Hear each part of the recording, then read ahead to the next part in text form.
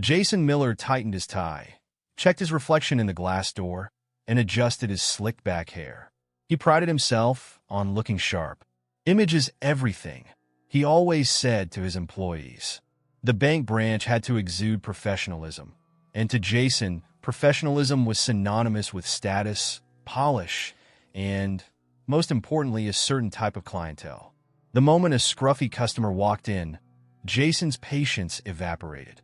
It was just past 10 a.m. when Marcus Brown entered the bank.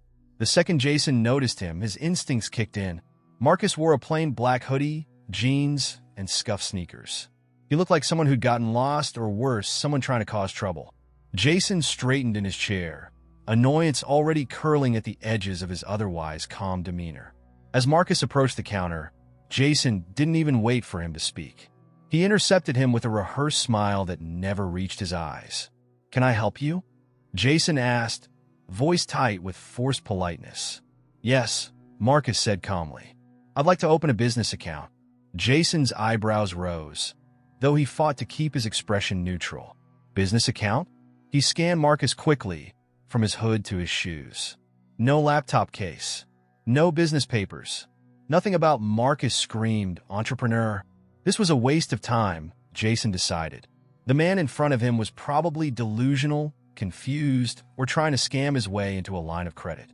Jason gave a tight smile, the kind reserved for customers he deemed inconvenient. "I'm sorry, but setting up a business account is a bit complicated. Are you sure this is the right type of account for you? We have personal checking accounts that might be a better fit."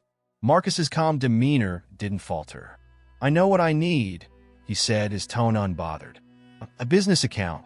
I run multiple companies, and I'd like to bring one of them over to this bank." Jason leaned in slightly, his fake politeness slipping into condescension. "Listen," he said in a lowered voice, as though sharing a secret. "This process requires quite a bit of documentation. Business plans, tax forms, legal paperwork. I wouldn't want you to waste your time." Marcus held Jason's gaze, calm and unreadable. "I brought everything I need." He reached into his pocket and produced a neatly folded set of documents. Jason blinked, irritation bubbling beneath his forced smile. This wasn't how it was supposed to go. People like Marcus usually left when he pushed them away. They didn't stand their ground with quiet confidence. Jason glanced at the documents, but he didn't reach for them. "Look," Jason said, leaning back slightly, "if you don't mind me saying, we cater to clients with established business portfolios. People with a proven financial track record." Marcus didn't miss a beat. "And what makes you think I don't have one?" Jason gave a tight, dismissive chuckle, the kind that implied Marcus should take the hint and leave. "I just want to make sure you're not, let's say, aiming too high for your first business venture. We wouldn't want any surprises later." A flicker of something passed through Marcus's expression. Not anger, not frustration. It was a kind of cool, detached amusement, as though Jason was putting on a show and Marcus was the only one in the audience who knew it was a farce. "Are you refusing to open the account?" Marcus asked, his voice steady and composed. Jason hesitated for half a second, but that was all Marcus needed to see. No, Jason said, waving a hand dismissively. "It's not a refusal. I'm just suggesting that maybe you'd have better luck with another bank. One that might be more familiar with your type of business." The insinuation hung heavy between them. Marcus's smile didn't waver. He folded the documents back into his pocket with deliberate slowness. "Thanks for the advice," Marcus said, nodding slightly. "I'll keep that in mind." Jason watched, satisfied, as Marcus turned and headed for the exit. "That's how you handle these situations," Jason thought smugly. "You let them know, without saying it outright, that they don't belong." But Marcus paused just before reaching the door. He glanced back at Jason, a small, thoughtful smile playing on his lips. "You know," Marcus said casually, "people will surprise you if you give them a chance." Jason scoffed under his breath, pretending to busy himself with papers on his desk. "Maybe," he muttered, "but experience tells me otherwise." Marcus gave a slight shrug, as if to say, "Suit yourself." Then, without another word, he walked out. Jason leaned back in his chair, feeling a strange mixture of satisfaction and unease. Something about Marcus's composure had unsettled him. He'd expected frustration, or at least irritation. But Marcus had walked out of the bank as if he'd won something. "Who was that guy?" One of the tellers, Lisa, asked as she approached Jason's desk. She had noticed the exchange from a distance and was curious. "Just another dreamer," Jason said, smirking. "Thought he could open a business account here. I saved him the trouble." Lisa frowned slightly. "Did he say what kind of business he runs?" Jason shrugged dismissively. "Does it matter? Guys like that always have a business idea." He used air quotes, chuckling at his own cynicism. Lisa didn't laugh. "He seemed polite enough," she muttered, more to herself than to Jason. Jason waved her off. "Yeah, well, politeness doesn't pay the bills." Lisa gave him a look, as if she wanted to say something more, but thought better of it. She turned back toward her desk, leaving Jason alone with his thoughts. For a moment, Jason's satisfaction lingered, the smug sense of control that came from reminding someone where they stood in the pecking order. But it was short-lived. There was something about Marcus's parting words that gnawed at him, a small crack in the armor of his self-assurance. "You know, people will surprise you." Jason shook his head, brushing the thought away. "Not likely," he told himself. "Not in my experience." He glanced at his watch.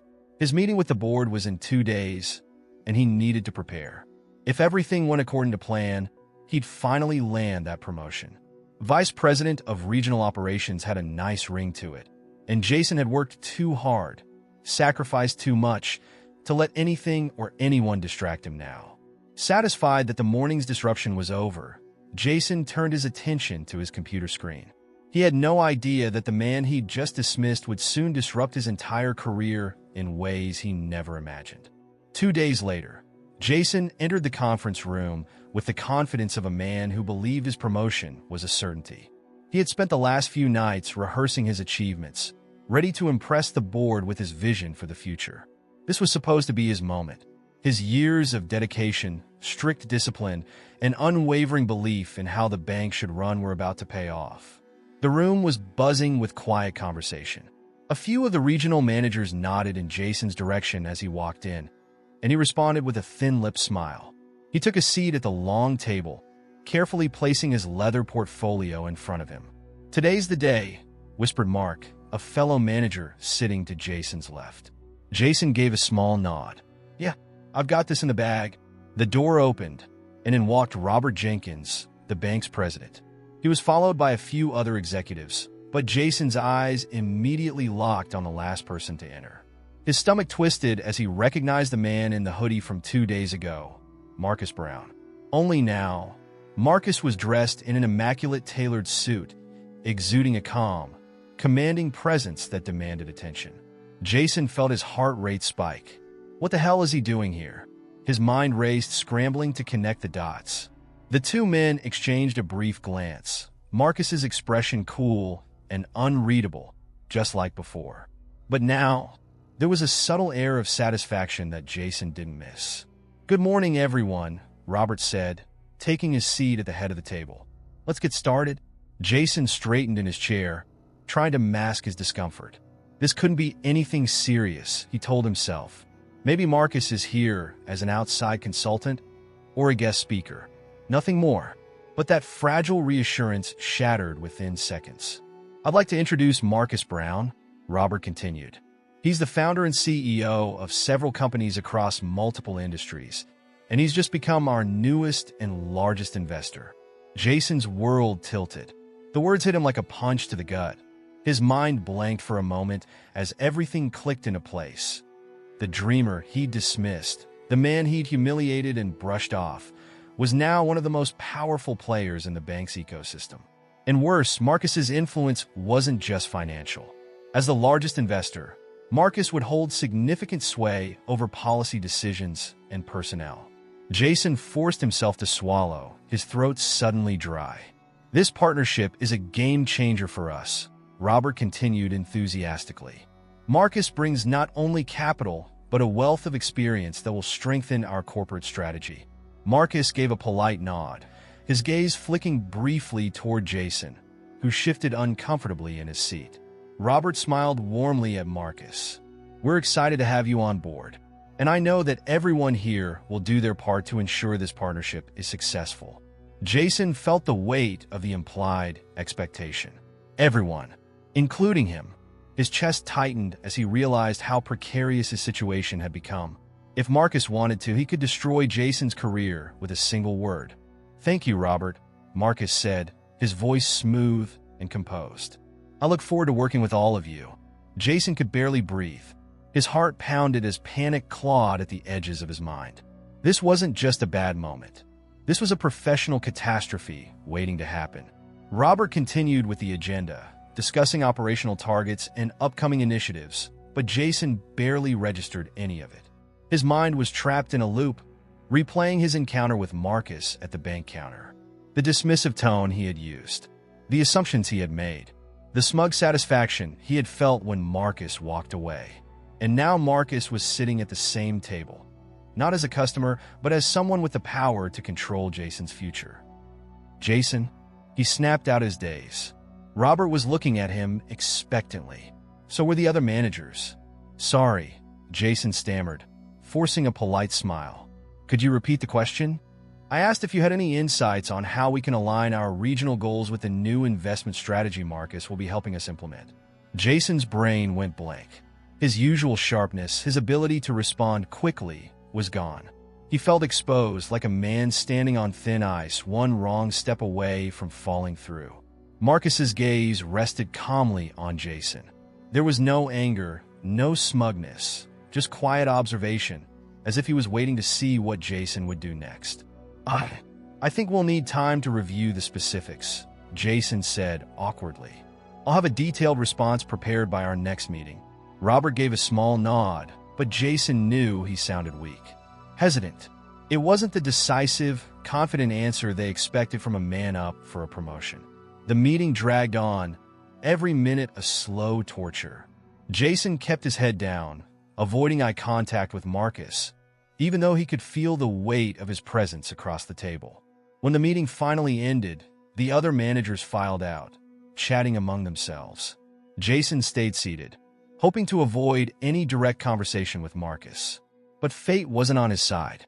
"Jason," Robert called from the door. "A word, please." Jason's stomach dropped. He knew this wasn't good. He stood slowly and followed Robert into the hallway. To his horror, Marcus trailed behind them, joining the conversation without being asked. "Look," Robert began, his voice low and measured. "We need to talk about your behavior the other day." Jason's pulse raced. He opened his mouth to respond, but Robert held up a hand. "Marcus told me what happened at the branch." Jason's heart sank. This was the end of his career. He could already see the headlines. Bank manager fired for discriminatory behavior. His mind spiraled with panic, trying to calculate how fast he could update his resume and start applying for new jobs. But to Jason's shock, Marcus didn't speak up to confirm or elaborate on the incident. Instead, he stood there quietly, his hands in his pockets, as if he was in no rush to humiliate Jason further. "I'll admit, I expected better," Robert continued, disappointment clear in his tone. "You've been with us for years, Jason. I thought you knew how to treat people with respect."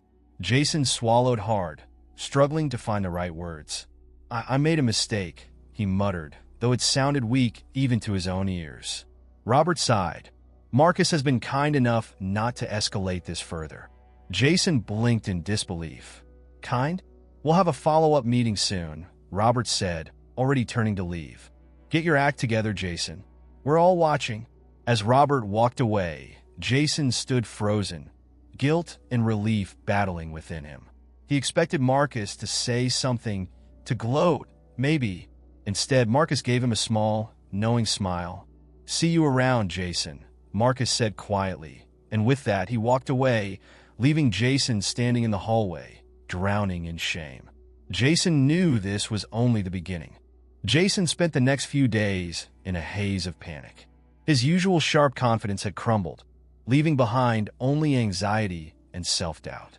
Every time his phone buzzed with an email or calendar notification, his heart would skip a beat, expecting bad news, maybe his demotion or even a notice of termination. But nothing came. Instead, the silence gnawed at him, almost worse than a formal reprimand. In the office, Jason kept his head down. He avoided the tellers, the customers, and, most importantly, Marcus. But Marcus seemed to be everywhere, meetings, team briefings, and even casual lunches with upper management. No matter how Jason tried to avoid him, Marcus remained a calm, steady presence, never mentioning their first encounter at the branch.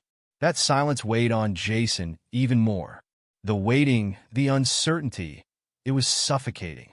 A week after the board meeting, Jason was summoned to a one-on-one discussion with Marcus. The request had come through an email marked with a neutral subject line, meeting, business strategy alignment. But Jason knew what this really was.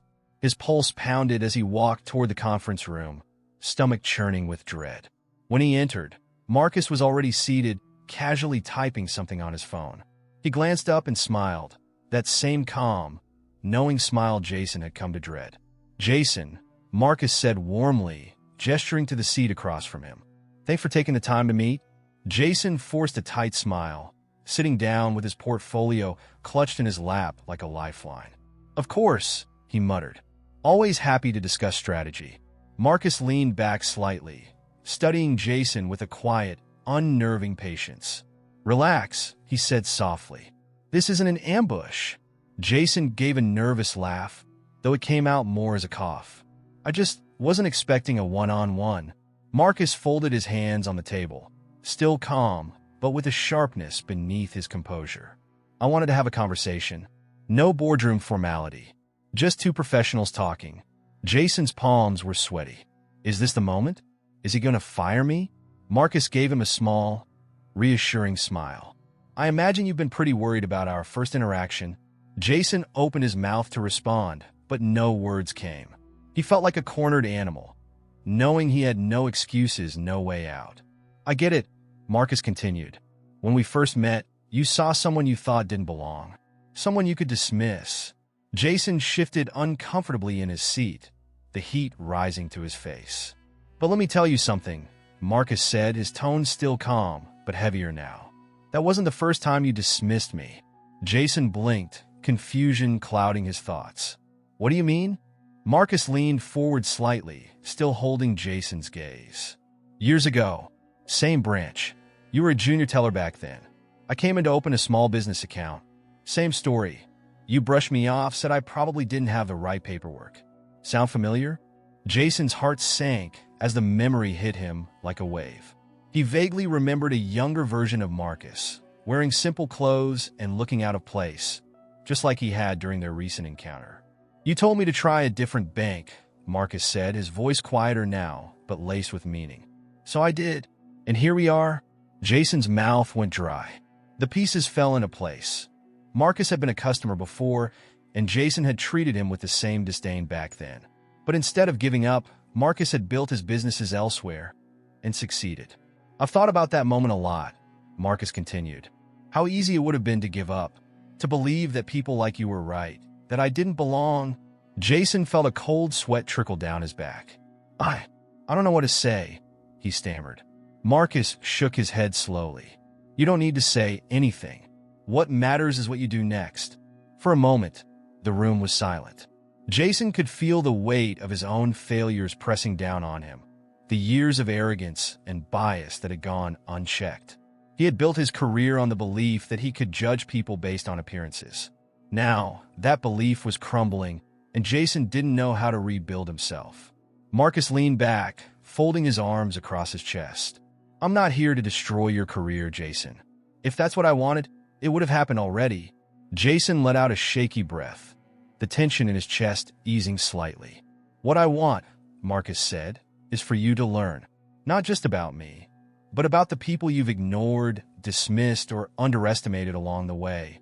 Jason stared at the table, his throat tight. I didn't realize." Marcus gave him a faint smile, though there was no trace of malice in it. "You never do. That's the problem." Jason felt a surge of shame wash over him. He wanted to apologize, to beg for another chance, but something about Marcus's calm demeanor stopped him. This wasn't about groveling. This was about confronting the kind of person he had been, and the kind of person he still had time to become. After a long pause, Marcus spoke again, his voice soft but firm. "You know, Jason, I'm not here because I need this bank. I have plenty of options. I'm here because I believe in giving people second chances. Even people like you. Jason blinked, surprised. Why? Why would you give me another chance? Marcus smiled again, this time with genuine warmth. Because someone gave me a second chance once, and it changed everything. Jason sat in stunned silence, absorbing the weight of those words. For the first time in a long time, he felt something crack open inside him. A realization, a painful but necessary shift. Marcus stood, smoothing the lapels of his jacket. I've said what I needed to say. Now it's up to you.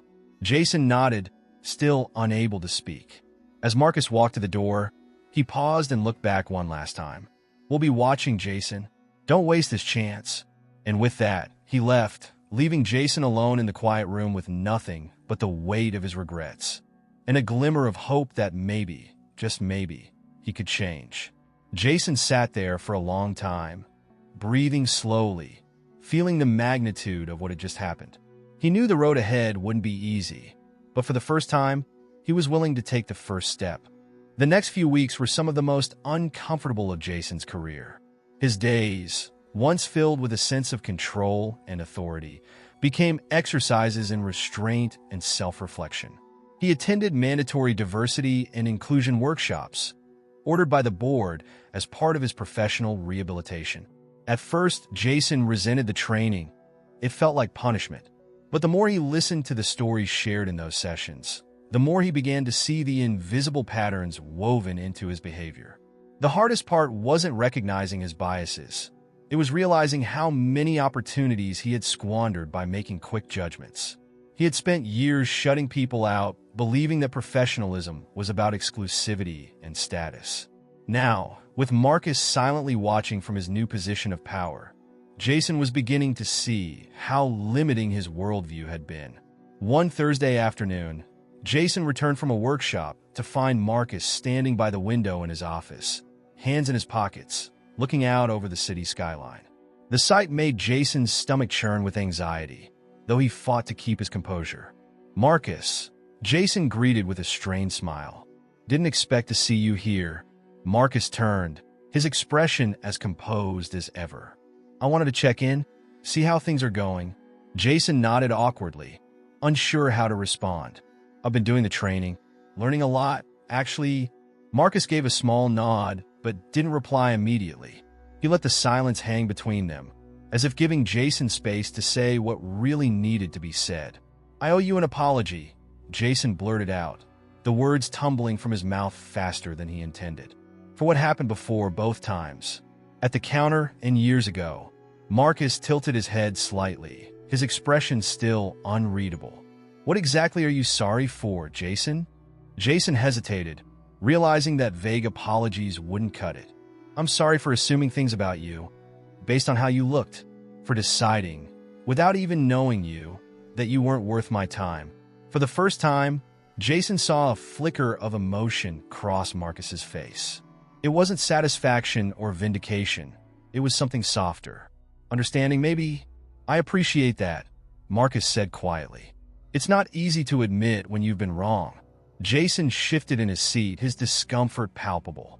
I just want to fix this, if that's even possible. Marcus smiled faintly, as though he had been waiting for this moment. It's not about fixing one mistake, Jason. It's about changing how you operate, day in and day out. Jason nodded slowly, the weight of Marcus's words settling over him. I'm trying. I really am. Marcus studied him for a moment, then said, Good. That's all I expect.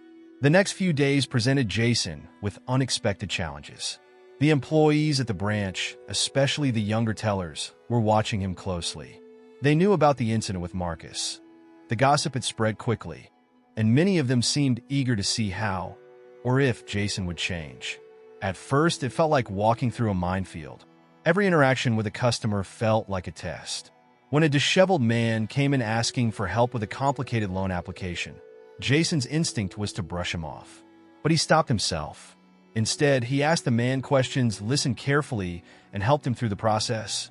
When the man left with a grateful handshake, Jason felt a strange sense of accomplishment. Not the smug satisfaction he used to feel when asserting control, but something different. Something better.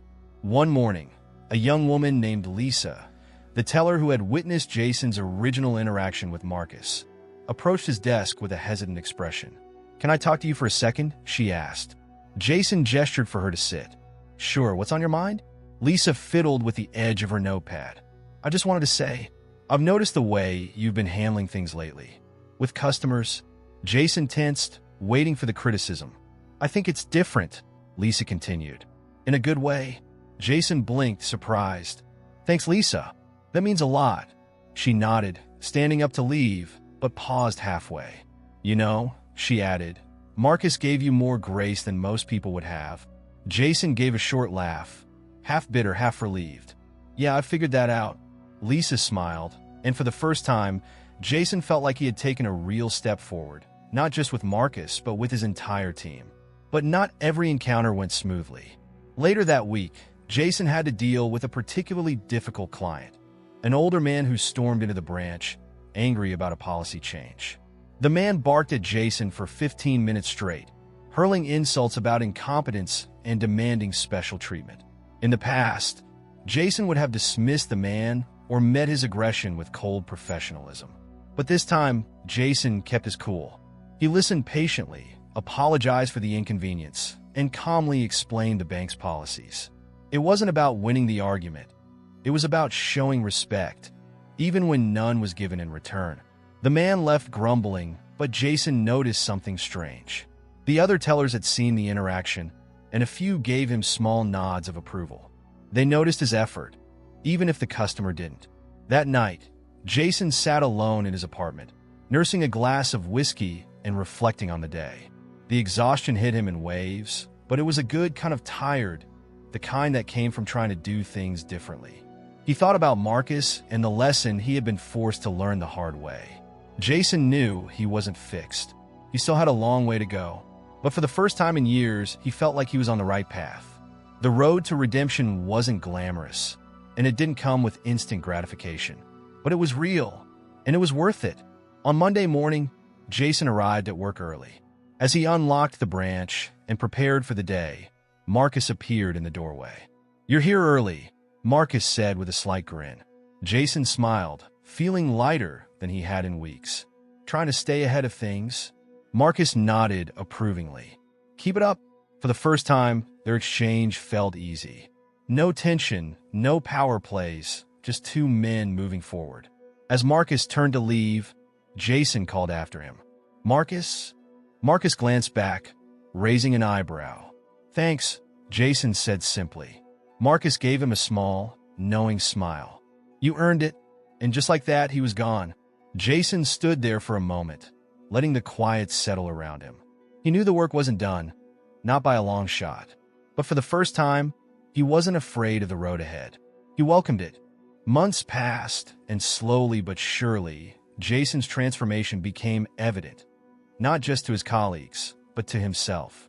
The old habits of judgment, arrogance, and prejudice didn't disappear overnight, but every day he made conscious choices to be better. It was exhausting at first, but with each interaction, he discovered how rewarding it felt to treat people with dignity rather than suspicion. The team at the branch began to trust him again. Lisa, the young teller, now greeted him with genuine smiles instead of wary glances. Customers who had once been reluctant to ask for his help began requesting him by name. Even Robert Jenkins, the bank president, took note of Jason's improved behavior. His performance reviews reflected the change, not just in numbers, but in feedback from his team and clients alike. But the most significant change came from within. Jason began to find peace in the very things that used to agitate him. Conversations with difficult customers became opportunities to practice patience. Interactions with people from different backgrounds became chances to learn. It was as if Marcus had opened a door Jason didn't know existed, a door that led to personal growth. One afternoon, several months after their first encounter, Marcus invited Jason to lunch. They met at a modest cafe downtown, far from the polished corporate spaces Jason was used to.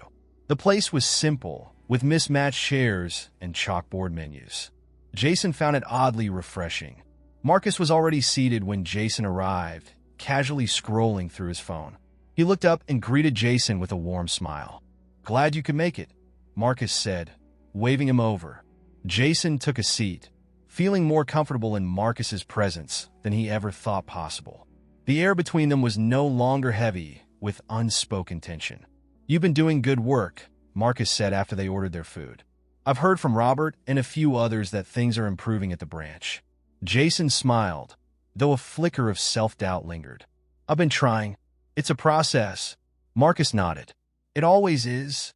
There was a pause as the waitress brought their drinks. Jason sipped his coffee, gathering his thoughts. "Can I ask you something?" Jason said cautiously. Marcus leaned back, folding his arms. "Sure. Why didn't you destroy me?" Jason's voice was quiet, but filled with curiosity. "You had every reason to. You could have gotten me fired. I would have deserved it." Marcus regarded Jason for a moment, his expression thoughtful. "I thought about it," he admitted with a small smile. "But what would that have accomplished? You'd have been replaced, and the next guy might have been just like you. Nothing would have changed." Jason nodded slowly, letting the words sink in. "I wanted you to change," Marcus continued. "Not just because it was the right thing to do, but because I saw potential in you. You were sharp, driven, but you were stuck in your own narrow view of the world." Jason exhaled, feeling the weight of both shame and gratitude. "I never thought someone like you would believe in someone like me." Marcus chuckled softly. "That's the thing, Jason.